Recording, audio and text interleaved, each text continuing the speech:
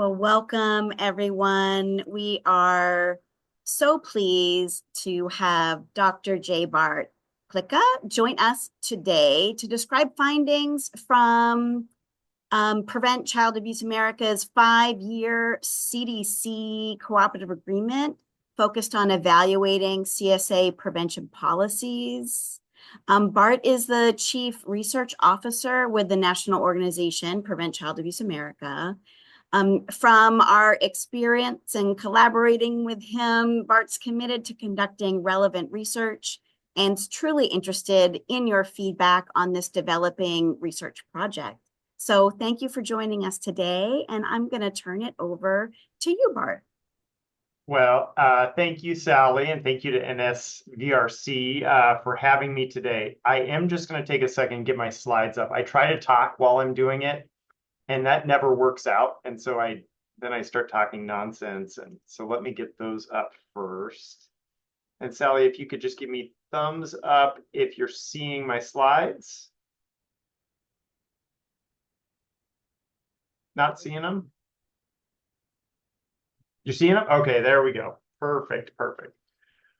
Well, thanks everyone for being here. I know that this is a busy time of year as everyone's trying to close up things for the end of the calendar year. But as Sally said, my name's Bart Klika. I typically introduce myself and say that I am a mediocre soccer and softball coach for a bunch of 7th grade girls. And when I'm not doing that, I am the Chief Research Officer for the National Office at Prevent Child Abuse America.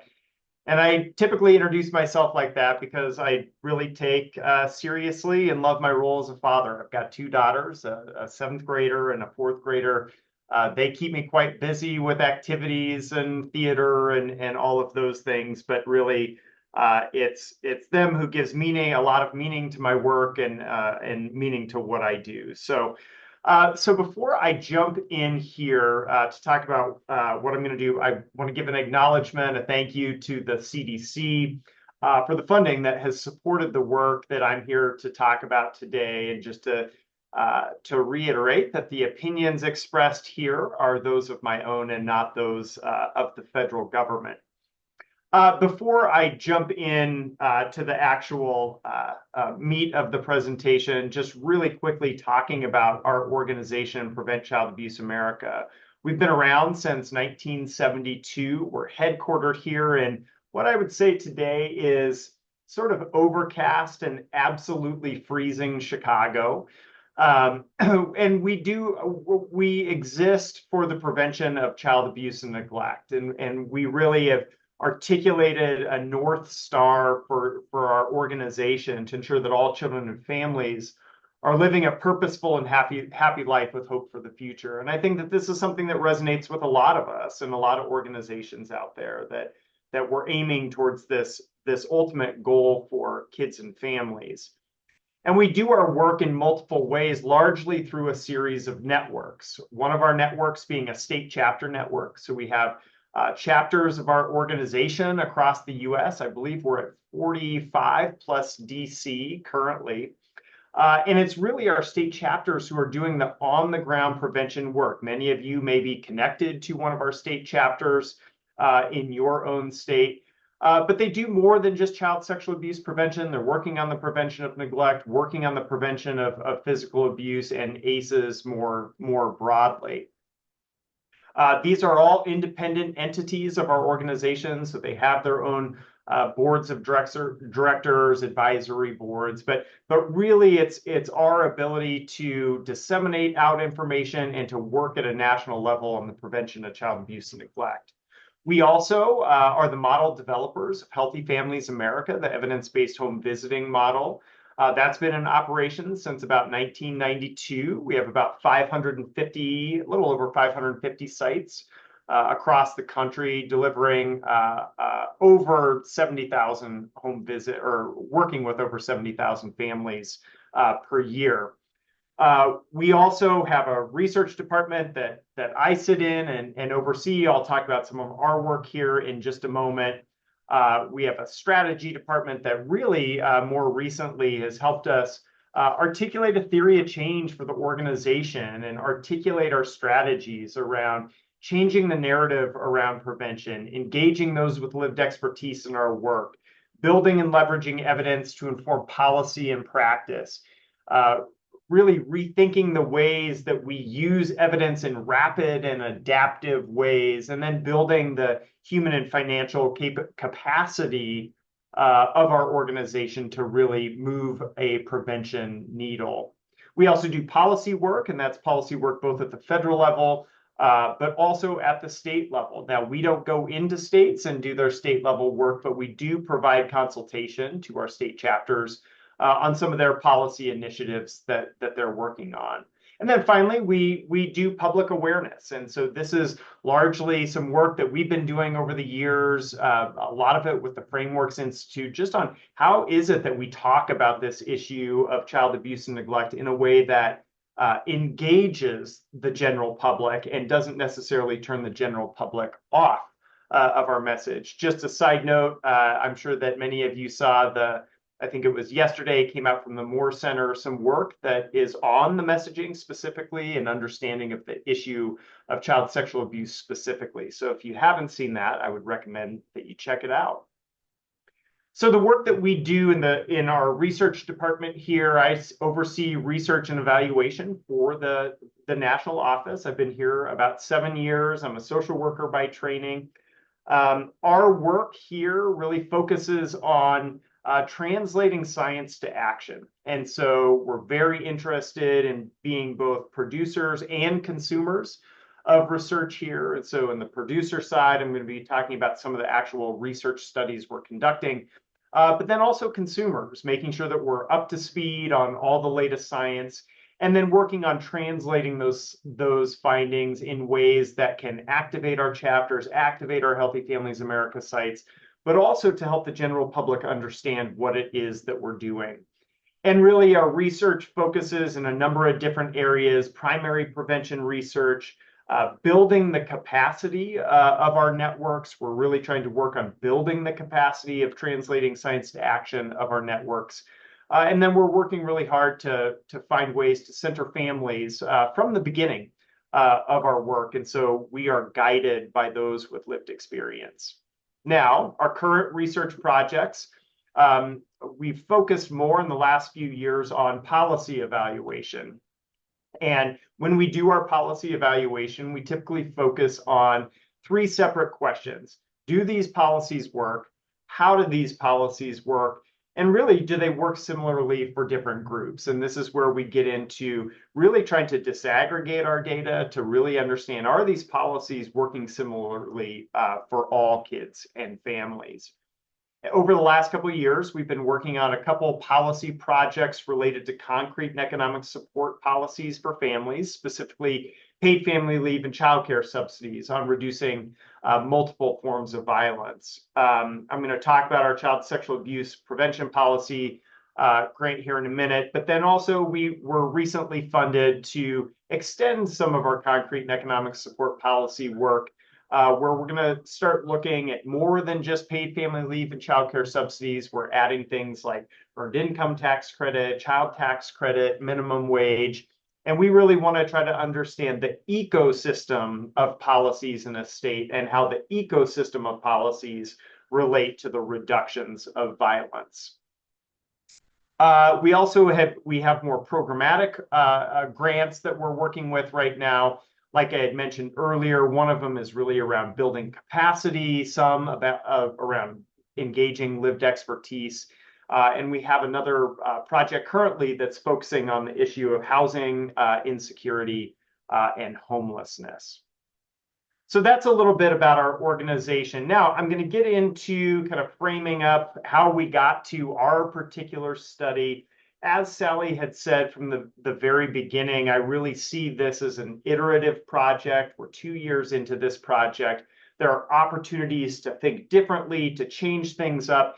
And I very much encourage feedback, ideas, thoughts to what we're presenting, because this really is an iterative study. And so really at the end, I'm hoping we can have some discussion, ideas that you have for improvement. But really quick, much like I had said, much of the work that's being done in the field right now is focusing in on concrete and economic supports to families, making sure that families have what they need when they need it in the communities where they live, delivered without stigma before they find themselves in crisis.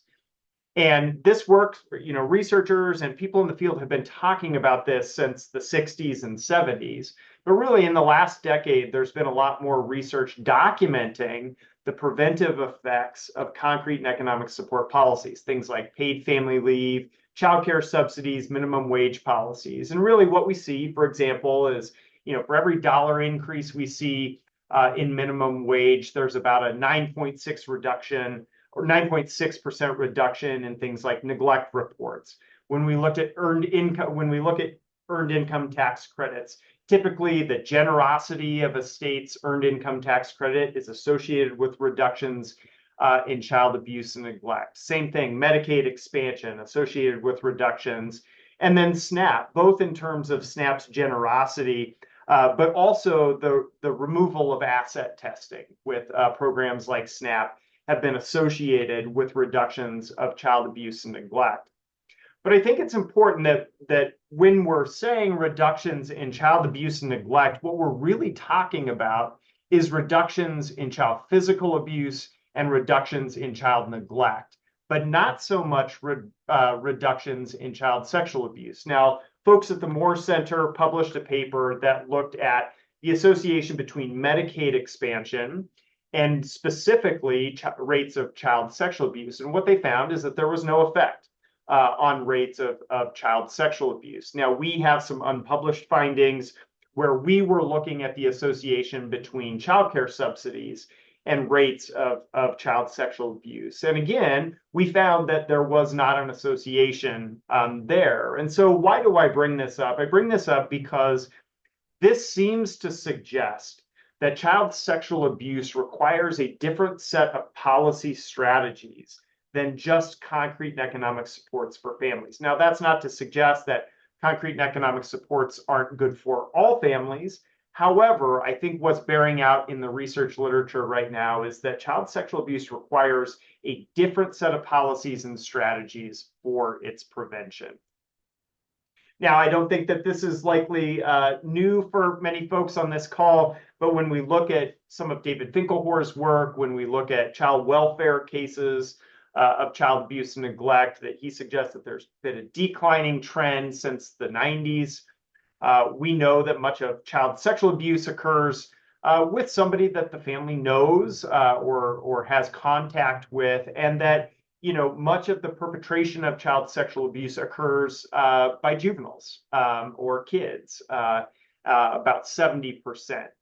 And why that's important is because these are the types of things that we take into account when we're thinking about how to prevent something like child sexual abuse. But I want to get into talking about a particular type and setting where child sexual abuse occurs, and that's child sexual abuse in school settings. Now, back in the early 2000s, around 2004, Dr. Cheryl Shakespeare was commissioned to write a piece for the Department of Education on the topic of educator sexual misconduct, because they knew that this was a thing, it was popping up, but there wasn't a lot of research on this topic. And so the goal of this initial report, which has really become, I think, a seminal report in our field, the point was to really raise awareness about this problem of child sexual abuse in schools and try to estimate how big of a problem is this. And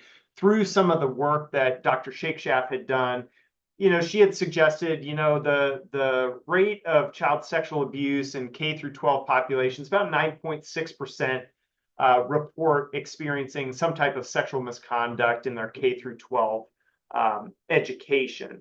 Now, since then, there have been others who have tried to estimate, how big of a problem is this? A couple of years ago, the article by Jeglick, they had surveyed over, I think it was 6,600 recent high school graduates to try to estimate how big of a problem is educator sexual misconduct. And what they found is that the rate was closer to about 11.7%, about just shy of 12%, reported some type of educator misconduct during their K through 12 career. Now, 85% of those who committed the offenses were males. About 72% of the victims were females. And about 63% of those who had committed sexual offenses were teachers themselves, about 63%.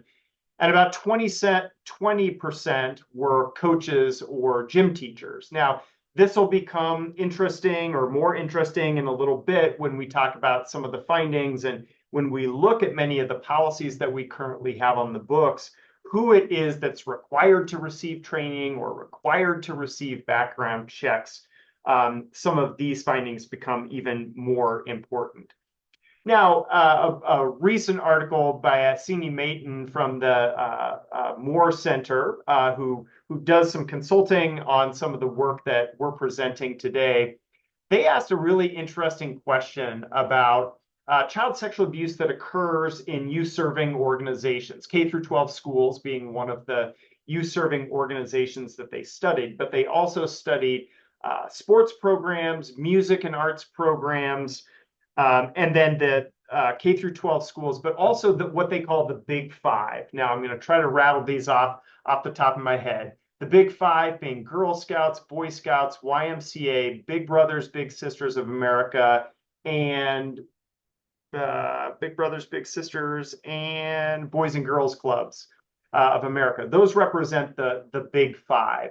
And so there's this question about, around 2007, the CDC put out some guidance for preventing child sexual abuse in youth-serving organizations. And that's really been a commonly referenced document in the field when organizations are trying to put policies and practices into place for the prevention of child sexual abuse. And so the question was, has that done anything? And have there been shifts in reductions of child sexual abuse in youth-serving organizations with all of this training and increased awareness that's happened over the years? And so what they did is they constructed a couple different cohorts. They constructed what they call the quote-unquote older cohort, who was born between about 1986 and 1990.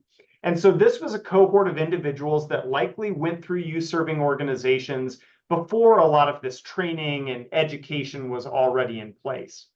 But then they also surveyed a group who was born between 2000 and 2004. And this is their quote unquote younger group. And this is the group of individuals who likely went through youth-serving organizations, who were taking increased efforts to prevent child sexual abuse, putting policies in place, training their staff and whatnot. And what the authors tried to do is they were wanting to try to see, are there differences between these cohorts in what they report in terms of their experiences of child sexual abuse? And I think their results are interesting. I would recommend that you dig into the full study if you want to find out what they found. But there were a couple interesting things. First, they found in the Big Five, there was actually about a 20% difference in rates of child sexual abuse from the older cohort to the younger cohort in the direction of reductions. And so the younger cohort experienced less or reported less child sexual abuse than the older cohort, which is suggestive of the fact that whatever is occurring within the Big Five, the training and education and policies, is likely having some type of effect on reducing child sexual abuse and misconduct. The other interesting finding out of here, and somewhat related to our conversation today, is they actually found that the younger cohort reported higher levels of sexual abuse in K through 12 education than the older cohort, suggesting that the problem in K through 12 schools is actually increasing. And so that's just to suggest some current work that's being done in this area. I'd highly recommend checking these out if that's of interest.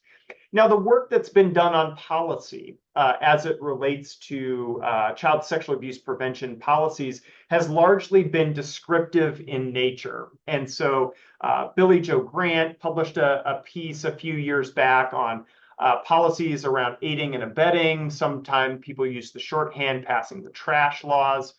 And this was following the enactment of a provision of ESSA in 2005, where there was a requirement that states come into compliance with not having policies that allow educators to seek employment or to basically support or enable teachers to get new employment without record of their misconduct. And that's known as passing the trash. And so states are required to have something on the books around this. And at the time of the writing, really what they were doing is describing what states had done. They were finding that very few states had complied with this already, and that there wasn't really a lot of knowledge about these policies or the requirements for these policies. Now, why is that important? That's important because I think it very descriptively tells us what's going on with policies, but it doesn't necessarily answer the question, are these policies doing what we think they're doing, which is keeping kids safe in some way? That's either reducing child sexual abuse or reducing the number of educators who are committing sexual offenses. Then the Abood article is another example of a descriptive paper that really looks at educator misconduct statutes, describes, how are they defined differently across states, what are the criminal penalties for educator misconduct. And again, I think an important descriptive piece which tells us about the array of policies across states, the different ways in which states construct their policies. But again, it doesn't get specifically at this question about whether or not these policies are having the intended effect on reducing child sexual abuse. So that brings us to kind of one of the initial pieces of our work, and this even started before we were funded, writing up some of our reflections on what we saw about the state of the research and the science on policy evaluation. And one of the first things we noted is that there's really a lack of a federal policy framework for the prevention of child sexual abuse, specifically child sexual abuse that may occur in school or in education settings. And somewhat related to the second point, there's not necessarily a national or a federal policy framework, but many of the policies that are put into place are put in as what we would think of as unfunded mandates. So they become mandates for school systems or education systems to put into place, but they oftentimes don't come with money to do that. In addition to lacking the funding, many of them don't have accountability structures in place. And so you may have a state that passes a law, but there's no requirement for reporting on who you trained, what training you used. Is there an evidentiary standard? And so, not only is there an unfunded mandate, there's not necessarily accountability structures. And then we just noted one of the more obvious pieces, which is that there's very little research and evaluation looking at whether or not these policies are actually having an intended effect on reducing child sexual abuse. And so that brings us to our current project. And I want to acknowledge our partners in this work, the National Conference of State Legislatures, as well as the NUF2CE00261 folks from Mass Kids out of Massachusetts. This is Jed Bernier, used to be the Massachusetts chapter of our organization. Really, Jetta has been doing this work for a number of years, and this project really came from work she started probably back in 2015. We had, as an organization, commissioned a piece with Jetta where she kind of did a national scan to find out where are states with their child sexual abuse prevention policies. And when I joined the organization, Jetta and I had a number of conversations, and that led to us actually applying for this grant where we wanted to actually study and evaluate whether or not these policies are having an effect on reducing child sexual abuse. I will say another big piece of our work is when we started the project, we created what we call a research practice policy partnership. And this is what some might call an advisory group to our project. But this group is made up of researchers who study child sexual abuse, of advocates who work in the space of child sexual abuse prevention, as well as those who themselves have experienced educator sexual misconduct. And so this research practice policy partnership is meant to bring different experience and knowledge together in our research project. This is the group that helped us identify what policy areas to focus on, what research questions we need to prioritize. And it's this group that's going to stick with us through the remainder of our grant to really help us through interpreting our results, thinking about dissemination strategies. And it's really our value of saying, you know, as researchers, we need to make sure that the questions that we're asking and answering actually reflect what's happening on the ground and in ways that impact kids and families. So our first couple of years of the grant, we've just finished our second year of the grant. The first 2 years were really about pulling together the necessary information so we could quantitatively evaluate these policies over the next 3 years. So in the first couple of years, and I'm going to talk about these in a bit more detail here in just a minute, but we did a few things. As you all probably know, there's not currently a data set, at least that we're aware of, that tracks child sexual abuse prevention policies over time. So in order for us to do the types of analysis work that we wanted to do, we actually had to go back in and try to pull information about child sexual abuse prevention policies in every state and across time. And so we went back to 2006 all the way up to 2022 in the states and the territories as well. Now, a result of us pulling that, we went back to state statutes. We analyzed state statutes to find what do states have actually on the books for their child sexual abuse prevention policies. And that resulted in sort of two things. The first one is a quantitative data set. We basically turn these policies into zeros and ones, and that's going to be the basis for us doing quantitative evaluation over the next 3 years. The other piece that it created, and I'll show you an example here in a second, state policy profiles. And these are a catalog of where all the states are at as of 2022 across the different policy buckets that we actually looked at. Next, our second aim was really around understanding something about racial disproportionality in child sexual abuse following the enactment of education in schools policies. And so I'll show you in a little bit some of the work that we did, really how do we estimate disproportionality in child sexual abuse reports, and how are we making that accessible to states. And then the third thing we did during the first couple of years is we published a literature review. Now, we did a scoping literature review, which is typically what you do when an area is somewhat new or there hasn't been a lot of research done in the area. What you're trying to do is really map the literature or find the edges of the literature.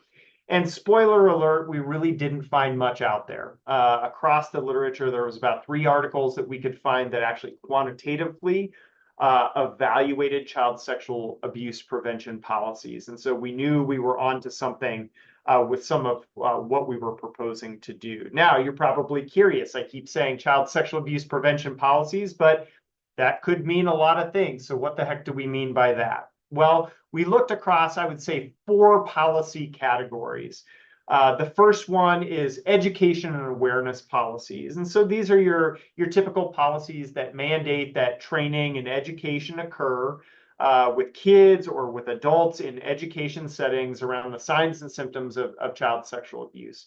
For shorthand, in some states it's called Aaron's Law, in some states it's called Jenna's Law, Tara's Law. There's many different names that these laws go by, but generally they are providing some guidance that says that kids and or adults and the grades of kids and et cetera need to receive training around the signs and symptoms of child sexual abuse. The second category was around school personnel policies. So this gets more down to the administrative policies that might be on the books that dictate things like hiring and dismissal procedures for schools. This is where the aiding and abetting laws also fall in, is, you know, do you have policies in place around screening of applicants, of dismissal of applicants?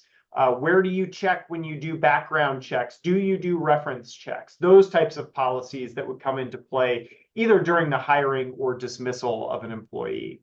The third one is areas of standards of conduct. And so we looked at whether or not states had in place requirements for putting together a code of conduct or a code of ethics that really specifies the appropriate behaviors that should occur between educators and students. And then the last area was around what we've termed legal accountability. And so this was looking at laws around the criminalization of educator misconduct, and specifically whether or not educators or persons in position of authority are called out specifically in state statutes. So this is maybe where I want to give some caveats to our work, or just, I guess, maybe some acknowledgments of the work that we're doing. First of all, we're jumping in and doing policy analysis. And so what's likely raising to your mind right now is, well, but there's a lot of different trainings that people could receive as a result of these policies. That's true, and we recognize this. Our future work wants to look at the actual implementation of these policies and what's happening on the ground. But our first step is to actually do the policy evaluation. So this also comes up. Oftentimes we get questions about, well, did you look at the quality of the codes of conduct that were put in place? And not for the current work that we're doing, we haven't necessarily done that. The other thing I want to make clear is that we looked at state statutes to pull our information from. Now, that doesn't mean that just because it's not in your state statute that you don't have an administrative code that otherwise dictates that some of these things should happen, or that just you have districts that are already doing really great work around policy and training of their employees. That's possible too. It's also possible that you could have something on the books and people just aren't doing it in your state. And so that's one of the caveats that I give when we're presenting this. I think it's important to recognize that, especially as we start talking about some of our actual findings and products here. So as I had talked about, we put together these state policy profiles. This is an example of one of our profiles from Arizona. As you can see, it lists out those different policy categories and then where your state actually sits across those policy categories, whether or not it's addressed in law. Who is it? Is it children, adults that are required to receive this training? And this is really meant to be a snapshot of where all the states are at as of 2022 across these different policy areas. So we did put together a national snapshot, if you will, just so we could get a sense where are states at across these policies. And we see, sort of starting at the top, the education and awareness. There's about 27 states that mandate that adults receive training, but about 8 states that make it optional. And then about, a handful of others, 15 plus, that don't require in state statute that occur. You can see with children, again, about 25 mandate it, and others are suggesting, and then a number of states that don't have it.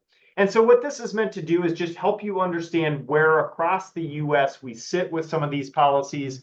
When we get into things like hiring and dismissal, most states have something on the books, and that can be things like background checks or fingerprinting. Many states will do criminal background checks, but fewer do checks to look for instances of educator misconduct, or looking at whether or not somebody has a disciplinary action against their teaching license, for example. And then we get to this one about reference checks, and I've been using this example since I've talked about it. I've given the appropriate caveats that just because it's not in your state statute doesn't mean that it's not happening in your state. Maybe all states, maybe the 40 that aren't listed, are doing reference checks, but I was a bit surprised that only 10 states require reference checks to be done in their states. And I give the example of when I was, I think, 15 or 16 and got my first job. For anybody on the West Coast, it was at a place called Papa Murphy's Pizza. It was a take and bake pizza place. And in order to get this job, I had to provide 3 character references. They called all three of my character references, had a phone conversation, all so I could make a large cheese pizza with light sauce. Yet we see here that very few of our states are requiring in state statute that reference checks are done as part of standard practice in the state. So just one of the things that stood out to me. When we look at standards of conduct, again, only 14 states have this in statute. Now, again, that doesn't mean that individual schools or districts aren't doing it on their own. And again, we didn't look at the quality of what those were, but I think important nonetheless. And then about 29 states actually call out educators or persons in position of authority in their criminalization of educator misconduct. So I had talked about this issue of racial disproportionality that we're looking into. And so when we talk about disproportionality, we're looking specifically at the proportion of one group in a population to their proportion in another population. So in our example, we'll use the example of racial disproportionality. We're interested in looking at the proportion of, for example, Black children in the larger population to their proportion in child welfare. And what that allows us to do is create what we call a disproportionality ratio, which actually helps us quantify, is there overrepresentation, for example, of Black children in child welfare. So one of the examples we give is specifically to disproportionality. This is an example for Black children on child sexual abuse investigations. And this is modeled over time. So you see from 2006 to 2019, sort of the trend. And so the disproportionality ratio is approximately 1.25. And that means that Black children are represented in child welfare at a rate of about 1.25 times their representation in the general population. Now, we've done this for other racial groups, and we've created state data fact sheets. And so in addition to the state policy profiles for all the states, we actually have this information there that explains what is disproportionality, what the heck is this disproportionality ratio, and how it is that you might actually go about interpreting this disproportionality ratio. Like I said earlier, we also did a scoping review, but one of the things I want to point out that we have a commitment to at our organization is making sure that the work that we do is accessible. And so for every peer-reviewed publication that we get as an organization, we create what we talk about as a research highlight. And a research highlight is intended to be a very boiled down, condensed summary of what it is that we did. And so our research summaries focus on what do we know, what did we find, and what the heck does this mean? And this is the tool that we use to disseminate out to the general public. If we're talking to decision makers, this is the type of thing that we can take with us as a leave behind, or to be able to even give out if people are interested in some of the work that we're doing. And again, it's not behind an expensive paywall. It's not written for an academic audience. We aim for about an 8th grade reading level, but I sort of jokingly say we're sitting around freshman or sophomore currently, but we're working on being able to write these at more of an 8th grade reading level. For those who are interested, here is a QR code that will actually take you to our landing page where you can find information about our project. This is where you can go to find your state policy profile, your data fact sheet. It also provides some more information about the actual project. You can get our research highlight there. And so please visit the website, share it.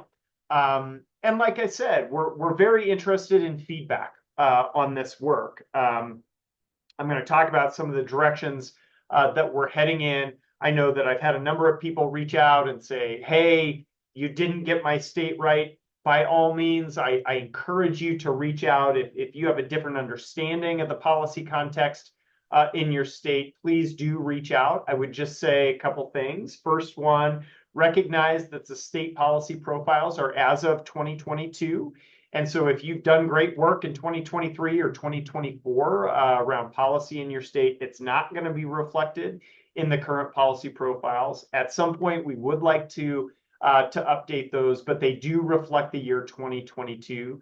The second thing is if you do have a suggestion for a change, I always ask if you can provide your state statute. And so that shortcuts some of the work that we have to do in actually looking at some of the changes that you might be suggesting.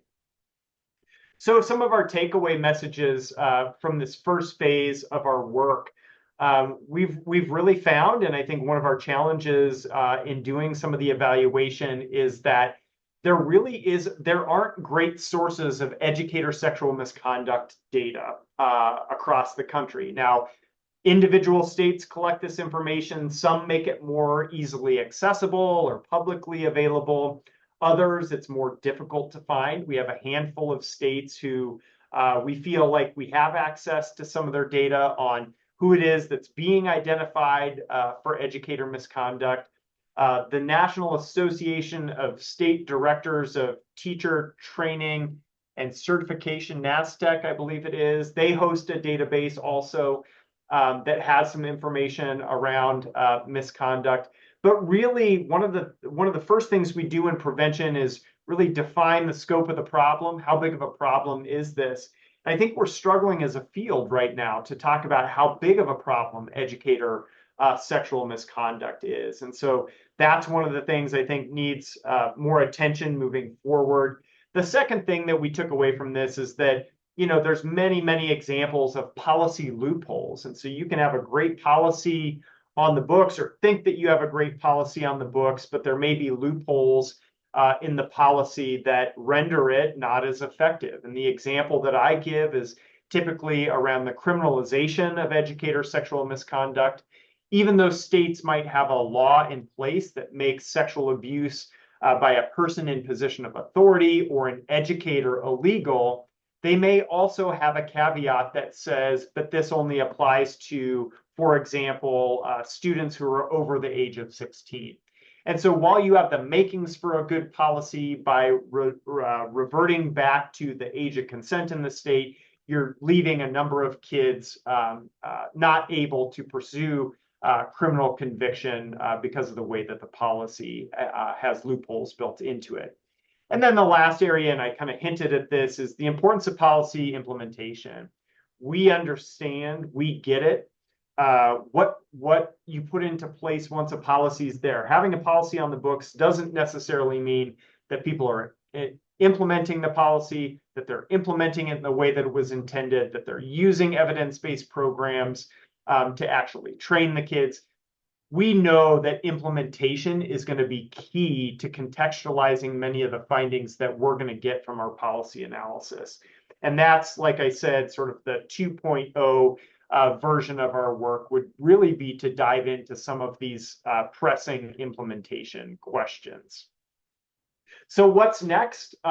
We're moving into the next three years of this phase where we're doing the quantitative evaluation of this work. We're really trying to answer this question of, do these policies work? How do these policies work, and for whom do they work? And do they work equally across groups? And we're going to do that a number of different things over the next few years. Like I said earlier, we will continue our research practice policy partnership that's going to guide the aims of our work. We're going to look specifically at this question of, do these education and schools policies have an effect on reducing child sexual abuse? We're going to look at some of the different ways that states construct their policy. We call these policy variations. And so does it matter if you only train kids versus kids and adults? Does it matter if you only train younger kids versus all kids, K through 12? And so what we're going to do is look at some of the ways that states vary in their policies and do our best to evaluate whether or not those variations have an effect on reducing sexual abuse. The third aim is really getting more at that educator sexual misconduct question, and that's where we're really needing guidance and feedback and help and support on identifying sources that we can use to actually see, do these more educator-focused or administrative policies around hiring, dismissal, aiding and abetting, do those have an effect on actually weeding out or screening out potential candidates for education settings, or actually removing those who have committed sexual offenses from education settings? And like I said, this is where we're looking for good quality data. So anybody that has ideas or feedback on that, we are open and welcome to that. And then finally, we're interested in, really, I had said earlier in some of our other work, we're interested in ecosystems of policies. But again, with child sexual abuse, we are interested in understanding the ecosystem of child sexual abuse prevention policies that states have in place. And we believe that, you know, the more comprehensive your child sexual abuse prevention policies are, likely the stronger the effects that you would find in reducing child sexual abuse. So that's a bit about our project, some of the work that we're doing. Again, here's a QR code that would get you to our website. Realizing I don't have my email up there, so when I stop sharing here, I will put that in the chat. But hoping that we can have some question, discussion, feedback, comments, whatever is on your mind at this point. Thank you so much. And I would invite folks to post a question or feedback in the chat or raise your hand, and we're happy to have you come off mute and share that. And thanks for sharing your email in the chat.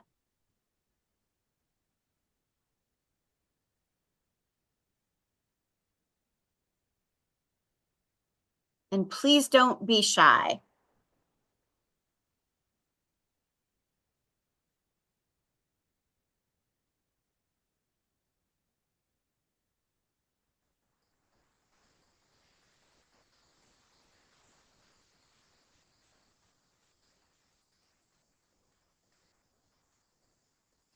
I could start telling jokes. I always tell my team, if they're quiet, I will start telling jokes, and they're bad. I've got some bad dad jokes that I like to tell. I would say with these, you know, I said that this is really an iterative process that, you know, we're looking to improve, and I know that, you know, folks probably haven't had a lot of time to look at their profiles or really digest some of this. And you know, I put the invitation out there that for good, bad, worse, to please give us feedback. I see a comment about the accessibility. You know, we want to make these accessible, but ultimately we want these to be able to be used. And so if you have thoughts or ideas about how we can make documents that are more easily accessible, or that they are easier for you to use in the work that you do, we very much welcome that feedback. And so you do have my email. We welcome all that feedback. Great. And you've got some more thank yous for the presentation. Oh, here comes a also the research highlight idea to help disseminate information to broader audiences. Folks giving thumbs up for that. Mm-hmm. So this is a question I was expecting to get. Is there any way that states can participate in this research project? Is there anything that they can provide or do that would be helpful? You mentioned taking a look at the profiles, Yep. informing if there have been updates, giving access to actual statutes, but beyond that, other options. Yeah. I mean, this is where, you know, we would love all the help that we can get. And I think in terms of engaging with the project, I'd love to have an individual conversation just to hear more kind of what you would be thinking. But I see a few ways. I think, you know, one of them is, you know, being able to help us disseminate. I think that's the big thing right now, is we want to get this information out there, because you know, the issues specifically around educator misconduct, but even child sexual abuse, I think we need to elevate this as an issue. So being able to disseminate out as best you can. Also, you know, there's been some questions that we've received consistently about some of the data that we're using, and we fully acknowledge the limitations. You know, when we're when we're evaluating child sexual abuse as an outcome in our studies, we're using child welfare data. Now, child welfare data, we recognize, is not the greatest in terms of being able to, actually get an estimate of what's happening for child abuse and neglect. And so I would say other opportunities that you have, do you have CAC data in your state that you're like, we have a good relationship and we have access to this, we could do a case study in our state? Those are ways that I can see to be able to participate kind of in the research study. But again, getting the word out about this, I think being able to help, if there's educator misconduct data that you know of, being able to have a conversation with us. And if there's particular questions that you have that you're like, our state is really grappling with this and it's related to what you're doing, but could you help us think about how to answer this question? And so we can go to decision makers and talk about this. I would say reach out, because we want to make sure that the types of questions that we're asking and answering actually reflect the types of answers that are needed for the field. Thank you for that. There's a question about the specific timeline for phase 2. Mm-hmm. So phase 2 will be over the next 3 years. So we just started. And so we've got, about 2.5 years left on this. We're already into some of the analysis. We hope to have some probably by the end of the first quarter. And again, we're going to try, Sally now is on my list. And so whenever we have new materials, information, we will make sure to get it out through this network and other networks. So we have about 2.5 years left.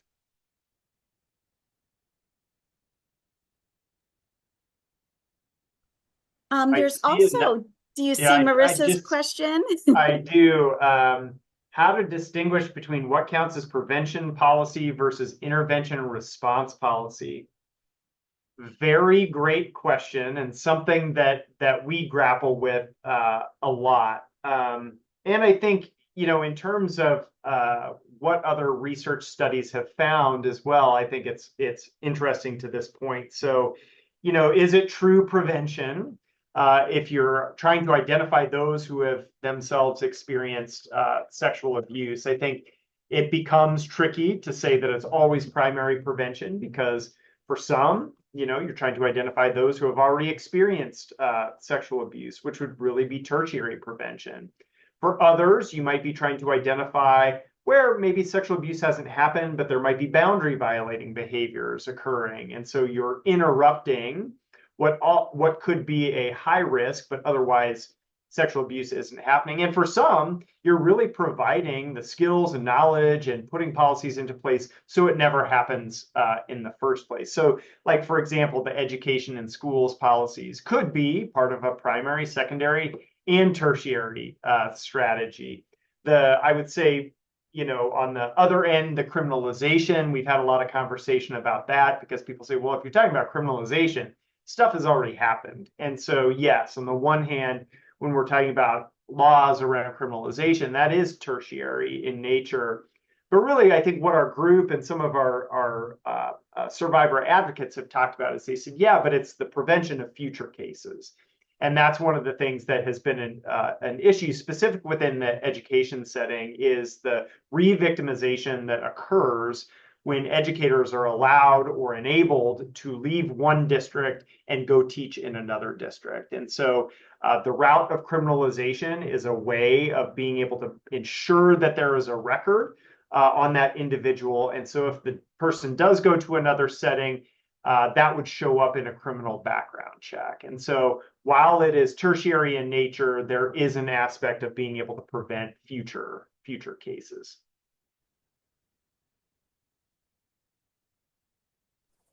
Oh, the other point I was going to make on that too is, how do we know if these policies are preventing something? And the other evaluation studies that have looked specifically at the education and schools policies, what they find, and I think what we're expecting to find, is after states enact these policies, the education and schools policies, what happens to child sexual abuse reports in the state?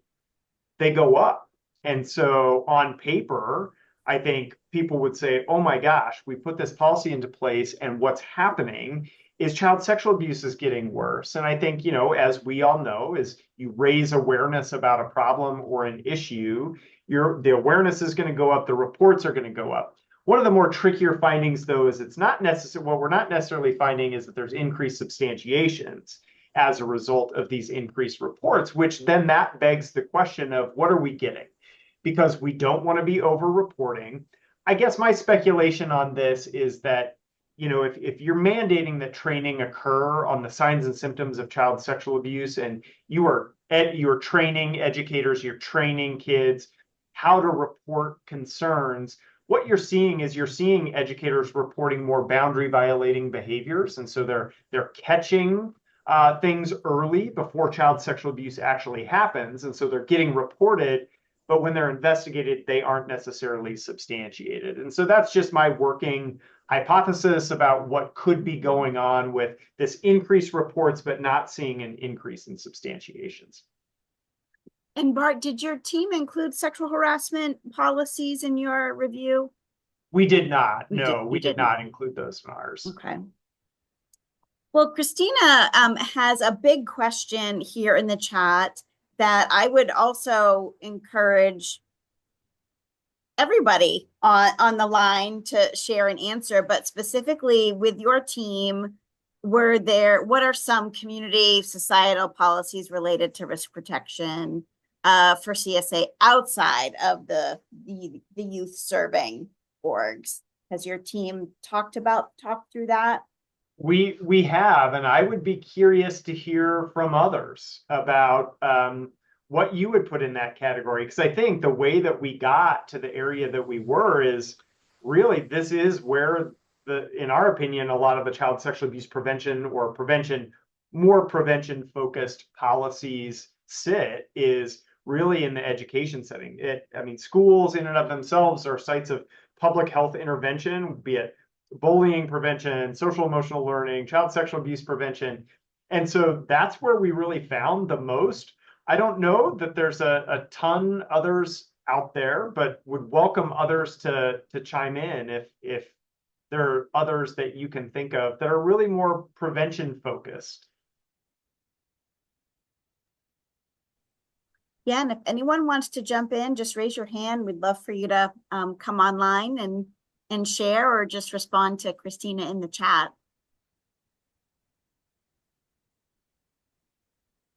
It is definitely seems like an area for further research. For sure, for sure.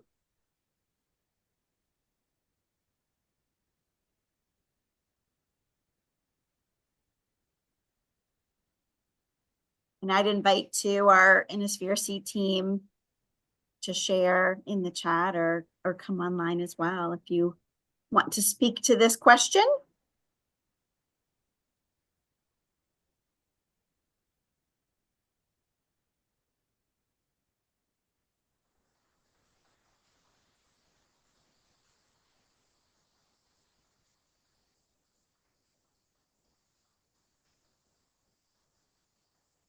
There has been more work developing, although not CSA prevention specifically, but more broadly about having those, contextual factors around greening initiatives, built environment discussions when we're able to create community spaces that support people in being the healthiest they can be. But that direct link, we certainly do not have. Is there anyone that wants to share ideas or things that you're talking about in your region around this? I know more and more folks are working outside of the school setting in their RPE work.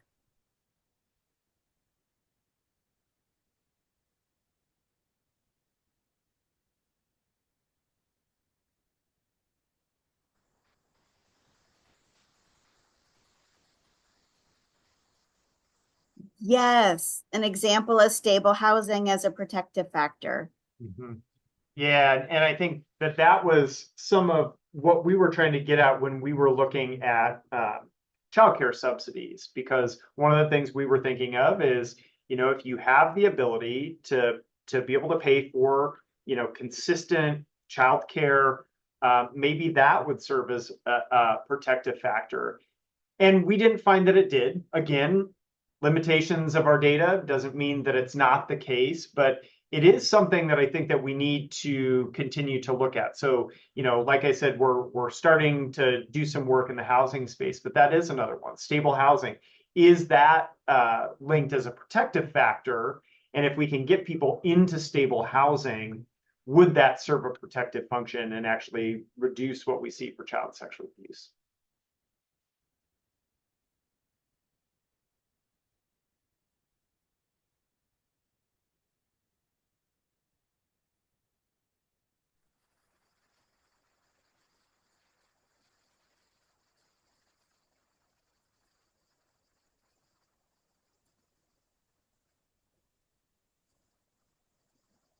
Any other thoughts for Christina or additional questions or feedback for the future of this research?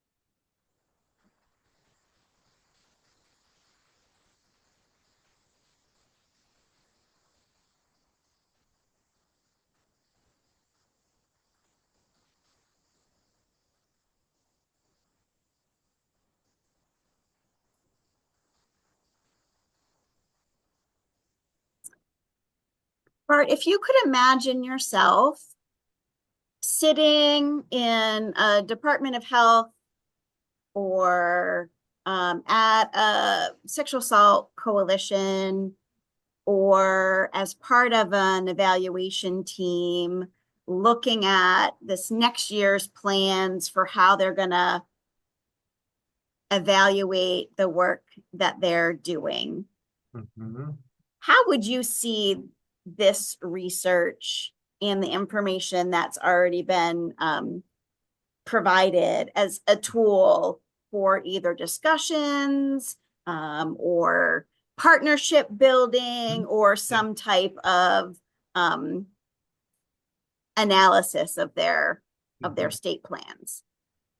Well, great question. I think, first of all, just understanding where your state currently is. And so, these are 2022, understanding if there have been updates or anything to this, and then I would be having some conversation about what do we as a health department, what do we as a coalition think about this? Because we were very careful in these state policy profiles to not be prescriptive about you need to do this, you need to do this, because frankly, we haven't evaluated these yet.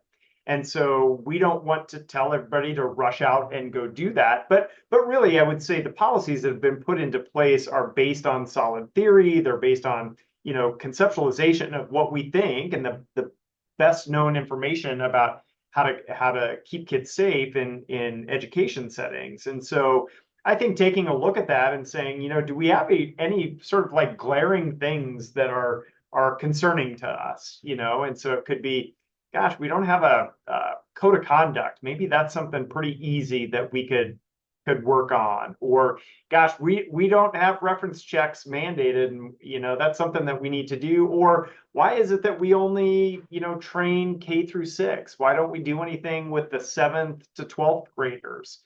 And so I think trying to understand where you're at and get some consensus on ways going forward. In terms of evaluation, I think the key to this is going to be implementation and understanding the implementation of these policies across spaces. Because as you know, like our work, we're focusing on national evaluation, but even within a state, there is so much variation in terms of how a policy would actually show up. Different states are constructed in different ways in terms of who has authority to set policy and whatnot. And so I think doing some work within your own state to understand how these are being implemented, how and if they are being implemented. And even if you don't have a policy on the book, there still can be really great work being done. And so I think even if you don't have a policy, just making sure that you have some kind of mapping or landscape assessment of what's going on as a first step, so then you can start doing some more evaluation.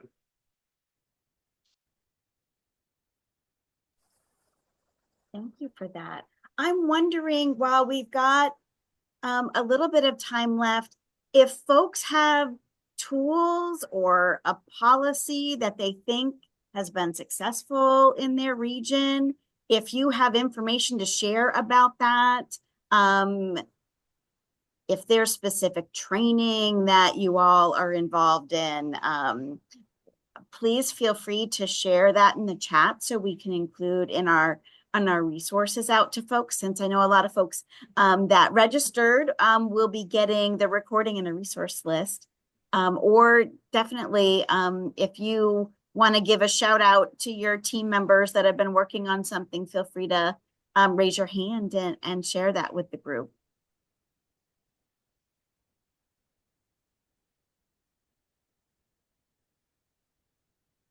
It's hard, it's dark, it's December. I was going to say it's 2:15 here, and it's already starting to get a little bit dark. It is so dark, and it's rain. The rain is really coming down in central Pennsylvania. But if you have any resources or tools that would help brighten the space, great. Thank you, Ari. We'll get the recording and resources out to folks.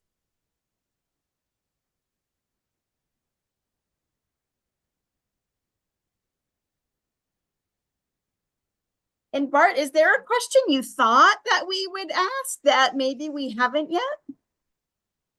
Oh, usually I'm prepared for the questions about the limitations of our data, or things like that. I think for the most part I covered most of it with some of the caveats, but my question always back is just how can we make sure that the people who need to see this information are actually seeing it. And we do things like webinars, we do socials, we disseminate out through our networks, but just really looking for other suggestions on how to get this information into the hands of the people that really need to be reading it. Mm-hmm.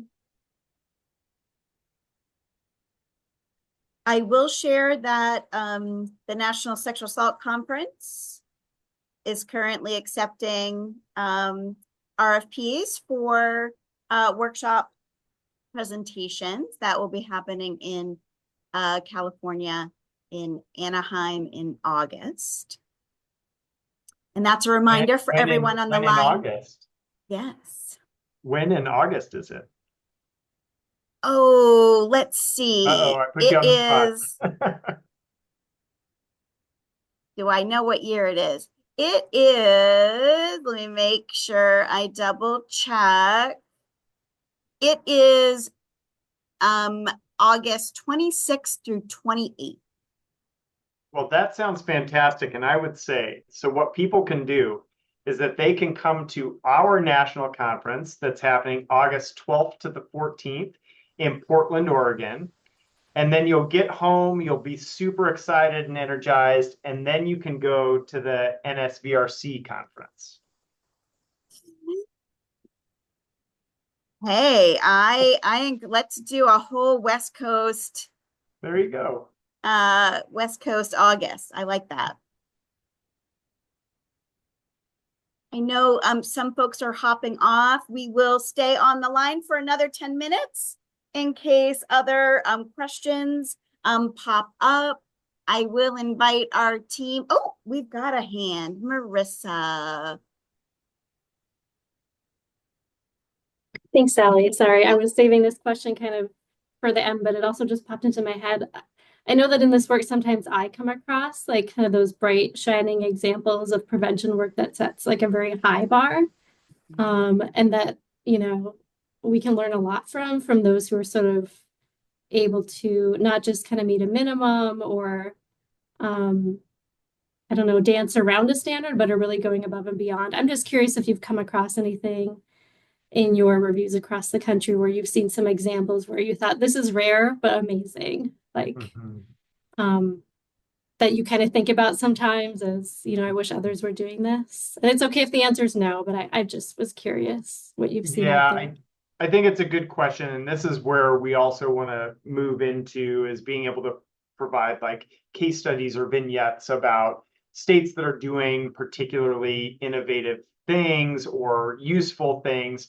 I mean, at this point, we haven't compiled that. I will say in our work to identify educator sexual misconduct, I will say that one of the things that makes it possible for us to be able to evaluate this or to even understand the scope of the problem is when the information is made accessible. And so, like Chicago makes theirs pretty accessible. New York, you can get access to it. And there's a few other states that make it somewhat accessible. And so I kind of put those out there as examples of, this is a way that is helpful, not just in terms of evaluation, but also in awareness raising. When that information is hidden, it makes it more difficult for us to advocate, to be able to talk about in your state, how big of a problem is this? And without the publicly accessible data, we have to use other states, and states don't like it when you use other states' data, and they don't like it when you use national data. They want to know how they're doing, and all the states that touch them, how are they doing?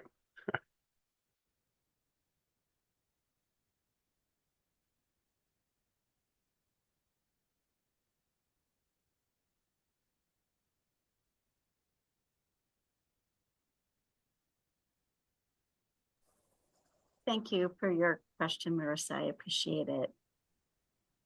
I think I'm gonna turn it over to Mo for just a little wrap up and closing, and just say that we'll be sending out some resources. If not within the next 5 days, then probably within the next 10 days. Okay, hi everybody. I am wrapping up, and the way that I want to wrap up is by just saying thank you. I really appreciate you all being here. I really appreciate the presentation. I don't know. I feel like even though it is dark in December, like you were saying, Sally, my mind is just filled with all of these really great positive possibilities, especially because I love a policy. I gotta tell you, I'm a real policy person.